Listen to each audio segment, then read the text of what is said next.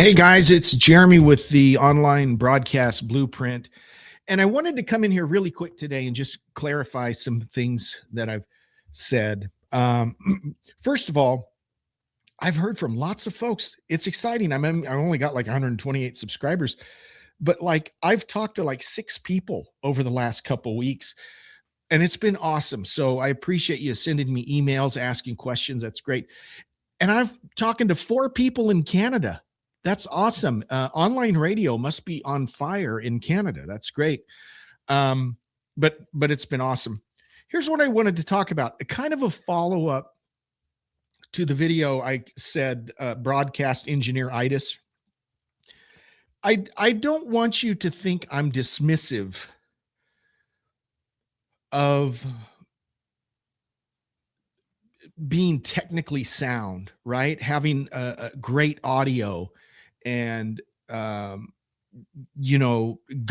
through the steps to have a really good signal and a really good sound. That's not the impression I wanted to make. But I'm gonna turn a phrase on its ear, right? Have you ever heard the expression that good is the enemy of great? You'll hear that in leadership circles or whatever. If we just settle for good enough, we can never be great. Well, I'm going to flip that around. I'm going to say great is the enemy of good, right? And what do I mean by that? I mean, and I've talked with a few people that are, and part of this is just mindset. It's the way I am. That doesn't mean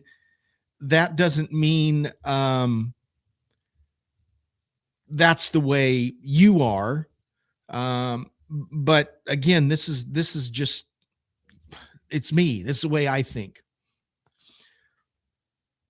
Don't wait until everything is perfect before you get started. Okay. Don't wait until you have everything lined up. Everything is perfect. Don't wait. Just do it. I take an iterative approach. What do I mean by that?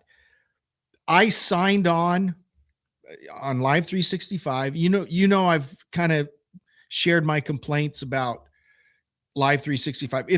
Don't get me wrong, it's a great platform. That's the one I recommend because of the licensing, right? But there are frustrations I have with the way it sounds, the way their audio is those things. If I would have waited until everything was perfect, or I knew exactly what I was doing, I never would have started, right? So just jump in feet first, head first, whatever, and know that it's an iterative process. You'll learn more. You'll figure something out. Guys, over the last couple of weeks, I've figured a huge thing out. Remember when I talked about starting to use the radio DJ and going online and using that versus the Live 365 auto DJ feature? Well, I learned just in that process that radio DJ's processing is not really good. I mean, it sounds okay listening in headphones, but it doesn't stick, right? Meaning I'd turn on all these settings and then after 30 minutes they'd quit, right? And that's just the nature of that software. And as good as Radio DJ is, it just doesn't do everything I need to do. But I learned that through the process. In fact, I'll be putting out a video about a tool I needed to add, the Stereo Tools. Again, a free download. That was kind of a missing piece. And I'm still working through a little technical issue with that. But that's the nature of running an internet radio station. You're going to continue to learn things throughout the process. You're going to make mistakes. And here's where the broadcast engineer-itis comes in. Guess what? When you make a mistake, you're probably the only one that's going to notice. Okay. Now, I'm a big fan of Radio DJ, dude. If you're not subscribing to Radio DJ, you need to.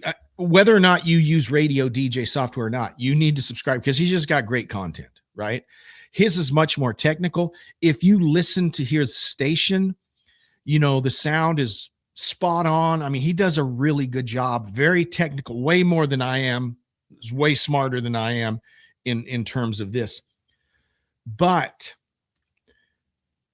I can't compare myself to what he does. Now, maybe in a few years I'll have the same type of pristine sound and I'll be doing all the technical stuff he's doing. I'm not there yet, but I haven't let that hold me back.